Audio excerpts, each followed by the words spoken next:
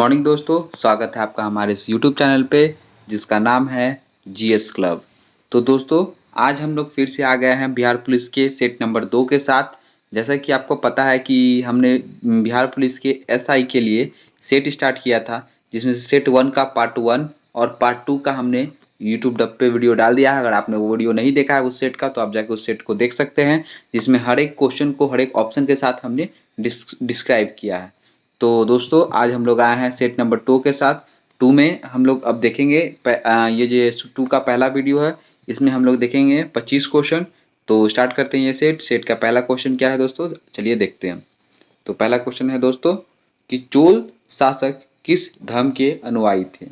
Option 4 है दोस्तों। पहला ऑप्शन शैव धर्म, दूसरा ऑप्शन जैन धर्म, तीसरा बौद्ध धर्म, चौथा शाक्त धर्म।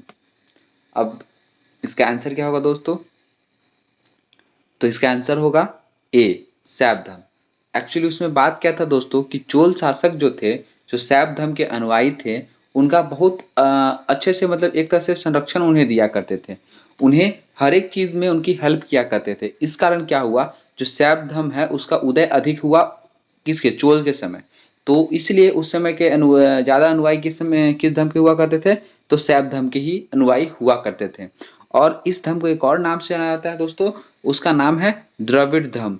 आप नाम सुने होंगे द्रविड़ धर्म का। द्रविड़ धर्म किससे संबंधित है, कौन से शासक से, तो चोल शासकों से संबंधित है दोस्तों। तो ये रहा आज का पहला क्वेश्चन दोस्तों। चलिए सेकंड क्वेश्चन पे आते हैं। किस शासक के दरबार में नवरत्न विद्यमान थे। ऑप्शन 4 है दोस्तों। पहला समुद्रगुप्त, दूसरा चंद्रगुप्त द्वितीय, तीसरा हर्षवर्धन, चौथा धर्मपाल। तो इसका आंसर क्या होगा दोस्तों? तो इसका आंसर होगा बी, चंद्रगुप्त द्वितीय। चंद्रगुप्त द्वितीय का ही एक और नाम होता है दोस्तों, जो उन्हें कहा जाता है चंद्रगुप्त विक्रमादित्य। विक्रमादित्य इन्हें कहा जाता है, चंद्रगुप्त विक्रमादित्य भी इन्हें कहा जाता है। और इन्हीं के दरबार में 9 रत्न हुआ करते थे। 9 रत्न कहने का मतलब क्या कि 9 विद्वान इनके दरबार में बैठा करते थे, जो अलग अलग क्षेत्र के लिए विद्वान थे। उनमें से 2-3 तो बहुत ज्यादा ही फेमस, जैसे कालिदास एक हो गए अमर सिंह हो गए, तीसरा हो गया धनवंतरी हो गए। तो इस प्रकार के 9 थे। 9 विद्वान के दरबार में बैठा करते थे, इसलिए इन्हें 9 रत्न कहा जाता था। और एक और बात इनके बारे में जान लीजिए कि ये जो 9 रत्न हुआ करते थे, ये सभी 9 रत्न उज्जैन के दरबार में, कहाँ पे, उज्जैन के दरबार में बैठा करते थे। कहाँ? उज्जैन के दरबार में बैठा करते थे दोस्तों, जो कि विक्रमादित्य की दूसरी राजधानी थी। मतलब जो चंद्रगुप्त द्वितीय थी उसकी दूसरी राजधानी थी। तो ये हो गया सेकंड क्वेश्चन का दोस्तों। चलिए थर्ड क्वेश्चन पे आते हैं। गुप्त काल में सातवाह कहा जाता था किसे। 4 ऑप्शन है दोस्तों। सातवाह किसे कहा जाता था?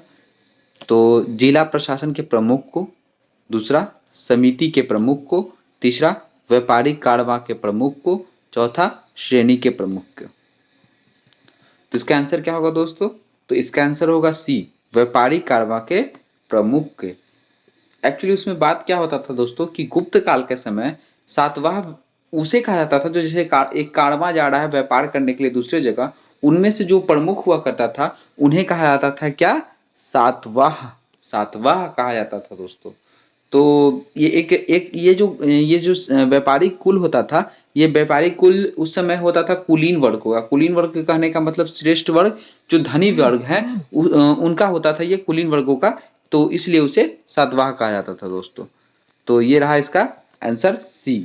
नेक्स्ट क्वेश्चन पे आते हैं दोस्तों हम लोग। अब फोर्थ क्वेश्चन है हम लोग का दोस्तों, निम्नलिखित में से कौन महावीर जैन के शिष्य के रूप में संबंधित थे। तो इनका 4 ऑप्शन है।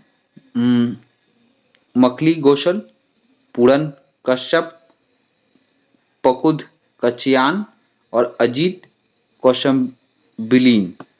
तो इसका आंसर क्या होगा दोस्तों? तो इसका आंसर होगा मखली गोसल। मखली गोसल क्यों दोस्तों? अब इसके बारे में जान लीजिए। ये मखली जो गोसल थे, ये पहले ये महावीर के ही शिष्य हुआ करते थे। तो महावीर के शिष्य होने के बाद जब ये शिष्य थे, उसके बाद क्या हुआ, महावीर से इनके कुछ मतभेद हो गए। तो मतभेद होने के कारण इन्होंने क्या किया, इनकी शिष्यता जो थी, इनके जो ये जो शिष्य थे, शिष्यता इन्होंने अपना त्याग दिया, छोड़ दिया। शिष्टता छोड़ देने के बाद इन्होंने अपना एक खुद का संप्रदाय, स्वतंत्र संप्रदाय स्थापित किया। उस संप्रदाय का नाम था आजीवक। आजीवक संप्रदाय अपना स्थापित किया और इसके वो प्रथम स्वतंत्र संप्रदाय स्थापित करने वाले प्रथम एक तरह से व्यक्ति बने। कौन? आजीवक संप्रदाय के। और इनका जो मत हुआ करता था, जो आजीवक संप्रदाय का, इनका मत था नियतिवादी। नियतिवादी कहने का मतलब क्या दोस्तों? कि जो कुछ भी होगा वो भाग्य के भरोसे ही होगा, हर चीज भाग्य में लिखा हुआ है, इनका ये मानना था, इसलिए नियतिवादी इन्हें कहा गया था। नेक्स्ट क्वेश्चन पे आते हैं दोस्तों। वैदिक काल में निष्क क्या था? तो ऑप्शन है सिक्का, संस्था, आभूषण या जाति। तो निष्क उसमें क्या था? तो निष्क एक प्रकार का आभूषण था दोस्तों। निष्क आभूषण था जो गले में पहना जाता था। उन्हें पुराने जब वैदिक काल में एक गले में पहनने वाले आभूषण को निष्क कहा जाता था दोस्तों। तो इसका आंसर ये सी होगा, आभूषण। छठा का आंसर देखते हैं। तो दिल्ली के प्रथम सुल्तान जिसने दरबार में गैर इस्लामी प्रथाओं का प्रचलन कराया कौन था? तो गैर इस्लामिक प्रथाओं का प्रचलन किसने करवाया था? ऑप्शन है कुतुबुद्दीन ऐबक, इल्तुतमिश, बलबन या नसरुद्दीन मोहम्मद। तो इसका आंसर होगा दोस्तों सी, बलबन। बलबन ने क्या था कि बहुत सारी ऐसी प्रथाओं का स्टार्ट करवाया था जो गैर इस्लामिक थे, जैसे सिजदा। फिर इसके बाद एक और था दोस्तों पाबोश। इस प्रकार का इसने कुछ प्रथाएं चलाई थी जो गैर इस्लामिक थी। इसलिए क्वेश्चन आता है कि प्रथम सुल्तान जिसने गैर इस्लामिक प्रथाओं का प्रचलन किया तो वो कौन था? बलबन। नेक्स्ट क्वेश्चन पे आते हैं दोस्तों। Question number 7। निम्नलिखित बादशाहों में से किसे कलंदर कहा जाता है? कलंदर दोस्तों। तो ऑप्शन है क्या? बाबर, अकबर, हुमायूं या शाहजहां। तो इसका आंसर होगा क्या दोस्तों? इसका आंसर होगा क, बाबर। बाबर को कलंदर कहा गया है। एक्चुअली बात क्या हुआ था कि जब पानीपत का प्रथम युद्ध हुआ था, पानीपत का प्रथम युद्ध कब हुआ था दोस्तों? पहले क्वेश्चन ये भी याद आता है कि पानीपत का प्रथम युद्ध कब हुआ था? तो पानीपत का प्रथम युद्ध हुआ था 21 अप्रैल 1526 को। 21 अप्रैल 1526 को। और किसके किसके बीच में हुआ था? तो एक तरफ तो बाबर था और दूसरी तरफ इब्राहिम लोदी था। लोदी वंश का अंतिम शासक था इब्राहिम लोदी, वो था। उसे हराकर पानीपत का प्रथम युद्ध जीतकर इसने क्या किया था? अपने साम्राज्य जो मुगल सत्ता थी उसकी स्थापित की थी भारत में, और अपने आप को बादशाह की उपाधि दी थी। किसने? बाबर ने। और ये इस समय जब ये युद्ध हुआ था, उस युद्ध जीतने के बाद इसने क्या किया था? बहुत सारे तोहफे, एक प्रकार के गिफ्ट, बहुत सारे गिफ्ट अपने सैनिकों, अपने मंत्रियों में बांटा था। और इन्हीं गिफ्ट और तोहफे बांटने के चक्कर में इन्हें एक और नाम मिल गया था। वो नाम था कौन सा दोस्तों? तो वो नाम था कलंदर का। तो कलंदर नाम पड़ा था किसका? बाबर का। और इसमें एक और क्वेश्चन आता है कि जो ये बाबर जो युद्ध करता था कौन सी युद्ध नीति के तहत करता था? तो इस युद्ध नीति का नाम था तुलगमा युद्ध नीति। चलिए नेक्स्ट क्वेश्चन पे आते हैं। निम्नलिखित में से कौन सा मुगल शासक वीणा बजाने का शौकीन था? तो ऑप्शन है अकबर, जहांगीर, शाहजहां या औरंगजेब। इसका आंसर होगा क्या दोस्तों? तो इसका आंसर होगा औरंगजेब, डी। औरंगजेब क्या था? एक बहुत अच्छा वीणा वादक था दोस्तों। वो वीणा बजाने का शौकीन भी था और बहुत अच्छा बजाता भी था दोस्तों। बट कुछ समय बाद, जैसे कि आपको पता होगा कि औरंगजेब जो है एक बहुत ही कट्टरपंथी व्यक्ति था। वो धर्म के प्रति बहुत विरोधी मानता था, हिंदुओं के प्रति बहुत विरोध की भावना, मतलब कि अच्छी भावना उनके मन में नहीं थी हिंदुओं की।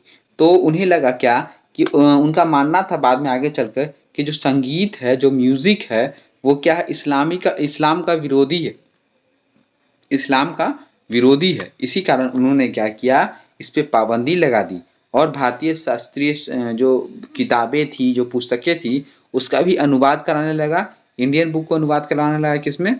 फारसी में दोस्तों। तो इसका आंसर क्या होगा? औरंगजेब। नेक्स्ट क्वेश्चन क्या है?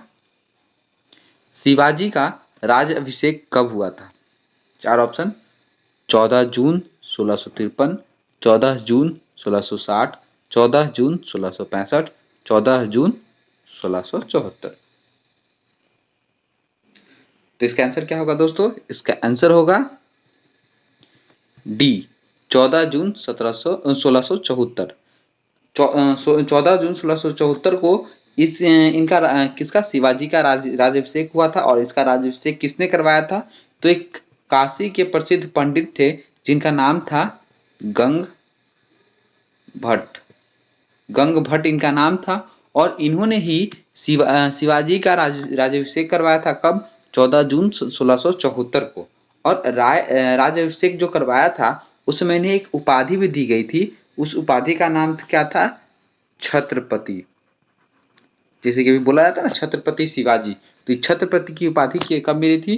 14 जून 1674 को, जब इन्होंने अपना राज्याभिषेक करवाया था उस समय इन्हें छत्रपति की उपाधि मिली थी दोस्तों। चलिए नेक्स्ट क्वेश्चन पे आते हैं हम लोग दोस्तों। मनसबदारी व्यवस्था में मनसब क्या है? ऑप्शन ए कर, दूसरा कृषि भूमि, तीसरा एक पद, चौथा पुरोहित। तो इसका आंसर क्या होगा दोस्तों? तो इसका आंसर होगा मनसब क्या है? मनसब एक पद है। अब इसके बारे में थोड़ा सा जान जाते हैं मनसब के बारे में। मनसब, जैसा कि हमारा पिछले मॉडर्न हिस्ट्री का वीडियो आप अगर देखेंगे प्लेलिस्ट में, तो उसमें मैंने बताया है कि मनसब क्या था। मनसब को स्टार्ट करवाया था किसने? अकबर ने। अकबर ने मनसब प्रथा स्टार्ट करवाई थी। और मनसब क्या था? एक पद था दोस्तों। मनसब क्या था? एक पद था। और इसमें क्या होता था कि जो मनसब, जो अकबर हुआ करते थे या फिर जो शासक हुआ करते थे, वो किसी मंत्री या किसी व्यक्ति को मनसब दिया करते थे। यह मनसब लगभग कितना 10 से स्टार्ट हुआ करता था। 10 से स्टार्ट हुआ करता था और 10,000 तक ज़्यादा था। इन सब मनसब मतलब क्या होता था? अगर किसी को 500 मनसब मिला है, मतलब क्या कि उसे वार्षिक या मंथली 500 रुपए मिलेंगे और उसके बदले उसे कुछ राजा को देना पड़ेगा। मतलब एक जैसे अभी नौकरी करते हैं तो सेवा दिया करते हैं सरकार को, उसी प्रकार से उस व्यक्ति को, राजा को कुछ सेवाएं देनी पड़ती थी। या फिर वो सेवाएं किसी रूप में हो सकती थी, या फिर कोई काम कर दे, या संगीत के रूप में, या किसी तरह से वो सेवा हो सकती थी। उस सेवा के बदले उसे मनसब दिया जाता था, मतलब एक तरह से वेतन दिया जाता था। तो इसका आंसर क्या होगा? एक पद। क्वेश्चन नंबर 11, इंग्लैंड में फ्री इंडिया सोसाइटी की स्थापना किसने की? ऑप्शन: दादा भाई नौरोजी, वी.डी. सावरकर, बाल गंगाधर तिलक या लाला हरदयाल। तो इसका आंसर क्या होगा दोस्तों? तो इसका आंसर होगा वी.डी. सावरकर, बी। जो फ्री इंडिया सोसाइटी है, पहले तो इसकी स्थापना कब हुई थी ये जान लीजिए दोस्तों। तो इसकी स्थापना हुई थी 1906 में। 1906 में इसकी स्थापना हुई थी। कहाँ? इंग्लैंड में। और इसकी स्थापना किसने की थी? वी.डी. सावरकर ने की थी। और ये तो फ्री इंडिया सोसाइटी ये था क्या दोस्तों? तो ये था क्या? मूल रूप से ये भारतीय छात्रों का एक राजनीतिक संगठन था दोस्तों। मतलब कि जो भारतीय छात्र हुआ करते थे, इनका मिला जुला एक संगठन था, जो ब्रिटेन के जो शासक थी उन्हें उनसे भारतीय राज्य की स्वतंत्रता के लिए मांग करती थी, इंडिपेंडेंस की मांग करती थी। तो वी.डी. सावरकर द्वारा फ्री इंडिया सोसाइटी की स्थापना की गई थी 1906 में, याद रखिएगा दोस्तों। नेक्स्ट क्वेश्चन आते हैं हम लोग। पाकिस्तान का विचार किसके द्वारा दिया गया? ठीक, पहला ऑप्शन है मोहम्मद इकबाल, दूसरा लियाकत अली, तीसरा जिन्ना, चौथा शौकत अली। तो इसका आंसर क्या होगा दोस्तों? इसका आंसर होगा मोहम्मद इकबाल। जैसे कि आपको पता होगा कि जो मोहम्मद इकबाल क्या है, उन्होंने सबसे पहले, अगर क्वेश्चन इस सब देखेंगे यहाँ पे आपको समझ में आएगा।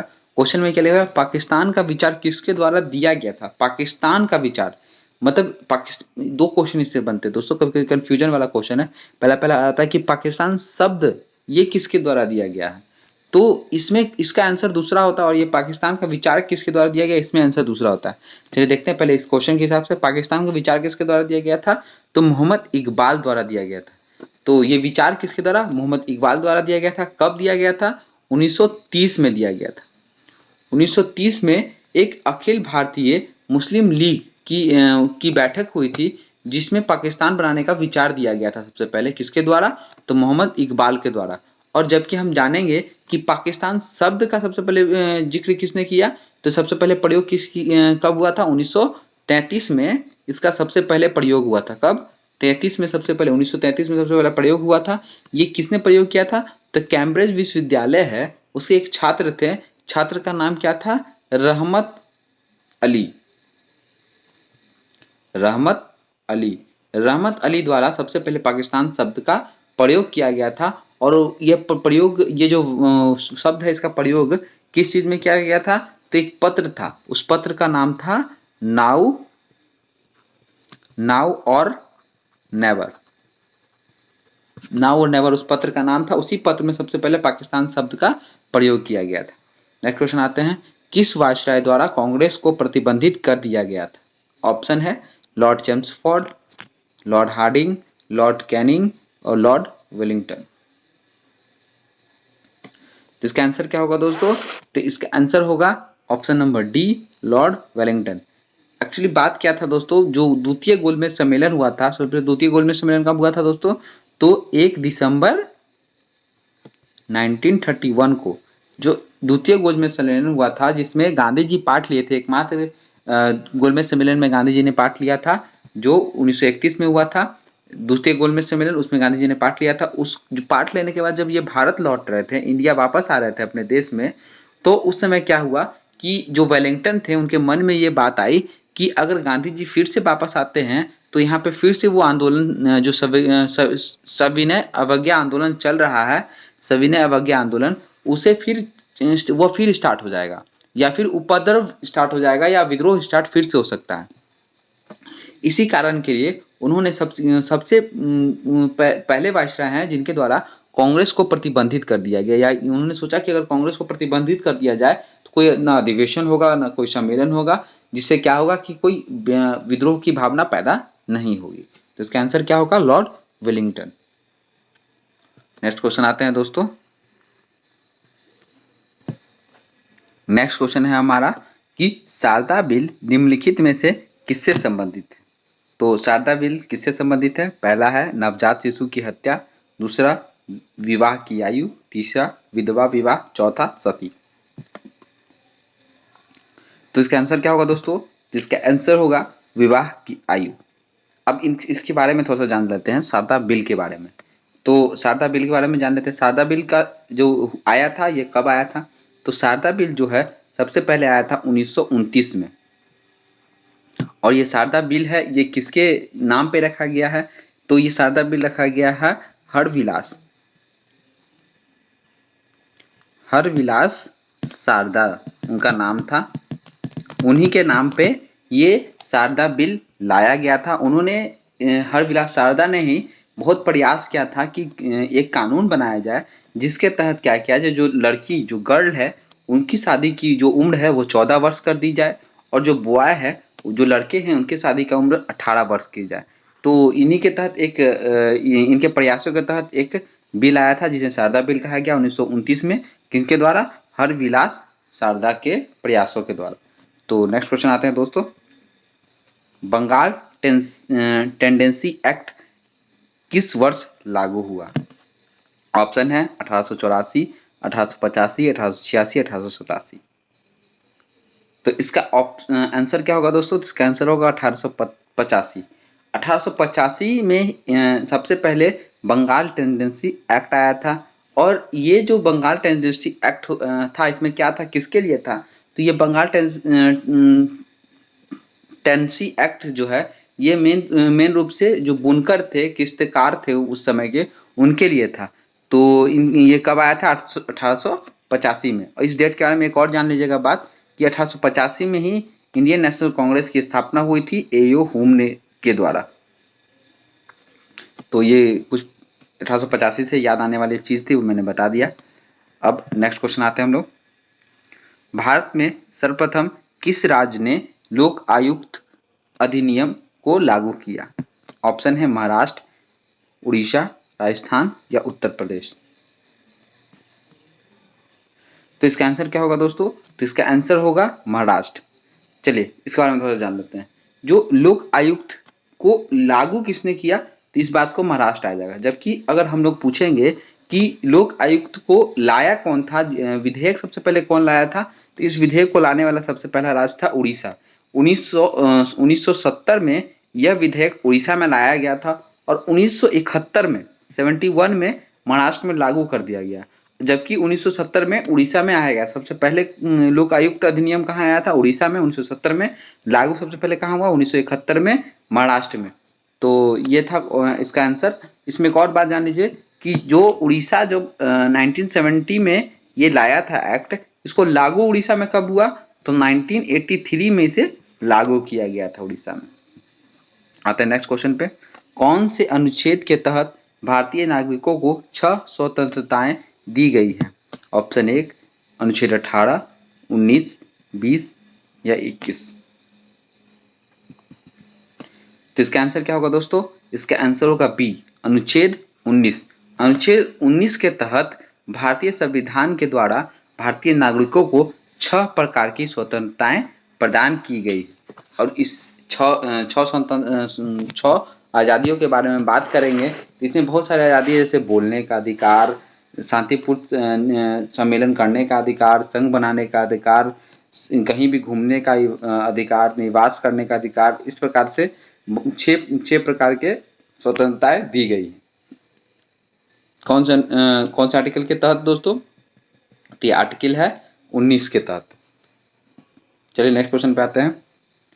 भारतीय संविधान का कौन सा अनुच्छेद राष्ट्रपति को क्षमा की शक्ति प्रदान करता है? ऑप्शन क्या है दोस्तों इसका?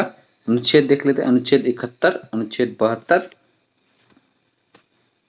चलिए दोस्तों हम लोग इसे 2 ही ऑप्शन में से सिलेक्ट कर लेते हैं, क्योंकि इसका सभी को पता होगा इसका आंसर क्या होगा।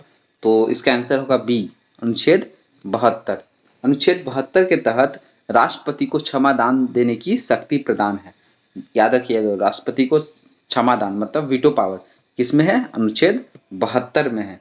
और अगर ऑप्शन की बात करें तो अनुच्छेद 71। अनुच्छेद 71 में क्या है? तो राष्ट्रपति या उपराष्ट्रपति के निर्वाचन संबंधित उपबंध, राष्ट्रपति या उपराष्ट्रपति के निर्वाचन संबंधित उपबंध किसमें है? अनुच्छेद 71 में है दोस्तों। और ऑप्शन इसका देखते हैं। अनुच्छेद 73। थोड़ा सा अनुच्छेद 73 के बारे में भी जान लेते हैं दोस्तों। तो अनुच्छेद 73 में क्या है? तो जो संघ की कार्यपालिका की शक्ति का विस्तार जो है वो किसमें है? अनुच्छेद 73 में है। संघ की कार्यपालिका की शक्ति का विस्तार किसमें है? अनुच्छेद 73 में है। अनुच्छेद 74 में क्या है दोस्तों? अनुच्छेद 74 में है कि जो मंत्रिपरिषद होता है, मंत्रिपरिषद राष्ट्रपति को सलाह देगा। यह बात लिखी गई है किसमें? अनुच्छेद 74 में दोस्तों। आते हैं नेक्स्ट क्वेश्चन पे। निम्न में से कौन सा अनुच्छेद सार्वजनिक सेवाओं में अवसर की समानता प्रदान करता है? ऑप्शन है अनुच्छेद 14, अनुच्छेद 15, अनुच्छेद 16, अनुच्छेद 17। तो इसका आंसर क्या होगा दोस्तों? तो इसका आंसर होगा सी, अनुच्छेद 16। अनुच्छेद 16 जो है वो सार्वजनिक सेवाओं में अवसर में समानता प्रदान करता है, अनुच्छेद 16। और ऑप्शन देख लेते हैं दोस्तों। तो अनुच्छेद 14 में क्या है? तो अनुच्छेद 14 है वो है कानून के समीप, लॉ के समीप सबकी समानता, इक्वलिटी। लॉ के समीप किसमें है? 14 में लॉ के समक्ष सबकी समानता, कानून के समक्ष सबकी समानता। अनुच्छेद 15 में देख लेते हैं दोस्तों। तो ये जो है ये लिखा गया है अनुच्छेद 15 में कि कोई भी व्यक्ति धर्म, मूल वंश, जाति, लिंग, इन सब के जन्म स्थान, इस सब के आधार पे कहीं भेदभाव, अनइक्वलिटी न हो, भेदभाव न हो, सब समान हो। अनुच्छेद 15 में यह बात लिखा गया। 16 में तो पता ही है दोस्तों, अवसर की समानता दी गई है सार्वजनिक क्षेत्रों में। अनुच्छेद 17 में क्या है? तो अस्पृश्यता का अंत मतलब छुआछूत का अंत लिखा गया है इसमें, अनुच्छेद 17 में। Question number 20। भारतीय संविधान के अनुच्छेद 53 के तहत संघ की कार्यकारी शक्ति निहित है किसमें? ऑप्शन है दोस्तों। ऑप्शन पहला राष्ट्रपति में, दूसरा उपराष्ट्रपति में, तीसरा राज्यपाल में, चौथा प्रधानमंत्री में। तो इसका आंसर क्या होगा दोस्तों? इसका आंसर होगा राष्ट्रपति में। जो अनुच्छेद 53 है उसके तहत क्या कहा गया है कि राष्ट्रपति क्या है? जो शक्ति, जो कार्यपालिका और सारा चीज है और जो शक्तियां हैं वो पूरी शक्तियों का हेड कौन होगा? राष्ट्रपति।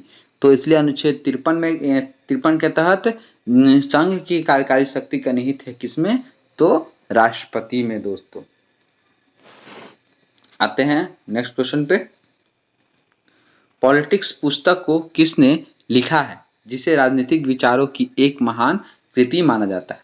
अब एक तरफ से यहाँ पूछा जा रहा है कि पॉलिटिक्स पुस्तक को किसने लिखा है, तो इसका ऑप्शन है पहला प्लूटो, दूसरा कौटिल्य, तीसरा अरस्तु, चौथा इनमें से कोई नहीं।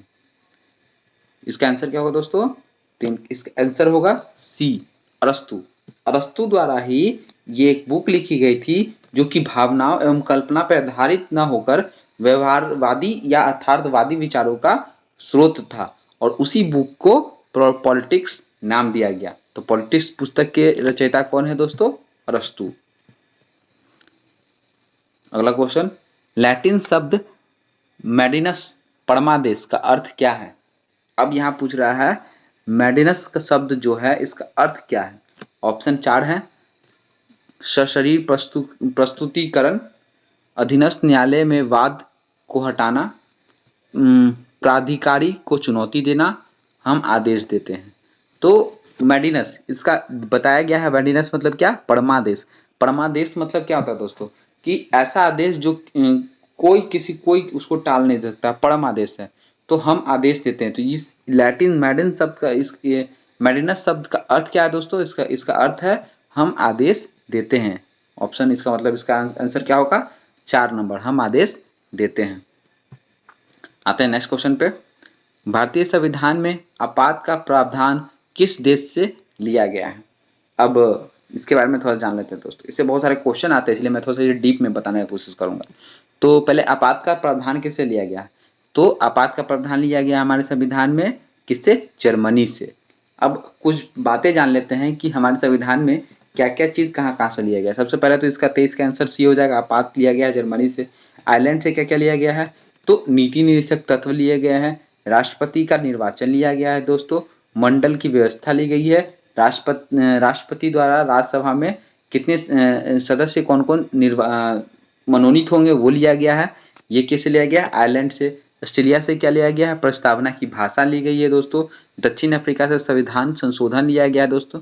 अगर इस सब के बारे में आप लोग और डिटेल जानना है तो हमारा एक वीडियो प्रीवियस में आया हुआ है, संविधान के स्रोत पॉलिटी प्लेलिस्ट में जाके देखिएगा तो आपको मिल जाएगा। तो उससे जाकर देख लीजिए, आपको सारा चीज याद हो जाएगा। 2-3 बार पढ़ लीजिएगा, आपको उससे याद हो जाएगा। आते हैं नेक्स्ट क्वेश्चन पे। किस अनुसूची में विभिन्न अनुसूचित क्षेत्रों और अनुसूचित जनजातियों के प्रशासन के बारे में उपबंध है? ऑप्शन है पहला दोस्तों 5वीं अनुसूची, दूसरा 6ठी अनुसूची, तीसरा 7वीं अनुसूची, चौथा 8वीं अनुसूची। इसका आंसर क्या होगा दोस्तों? इसका आंसर होगा ए 5वीं अनुसूची। 5वीं अनुसूची में अनुसूचित क्षेत्रों और अनुसूचित जनजाति, जो अनुसूचित क्षेत्र है और अनुसूचित जनजाति, उनके बारे में उपबंध दिए गए हैं। और यह उपबंधों का उल्लेख किसमें है? 5वीं अनुसूची में। अब थोड़ा सा हम लोग जान जाते हैं और जो अनुसूची बाकी है वो कौन कौन। 6ठी अनुसूची के बारे में थोड़ा जाना था। 6ठी में क्या है? 6ठी में एएमटीएम जो हम लोग बताए थे, असम, मेघालय, त्रिपुरा और मिजोरम, इनके बारे में, इन राज्यों में जो जनजाति क्षेत्र हैं उनके प्रशासन के बारे में बताया गया अनुसूची 6ठा में। अनुसूची 7 देख लेते हैं। 7 में क्या है? 7 में है कि केंद्र तथा राज्यों की शक्तियों का बंटवारा।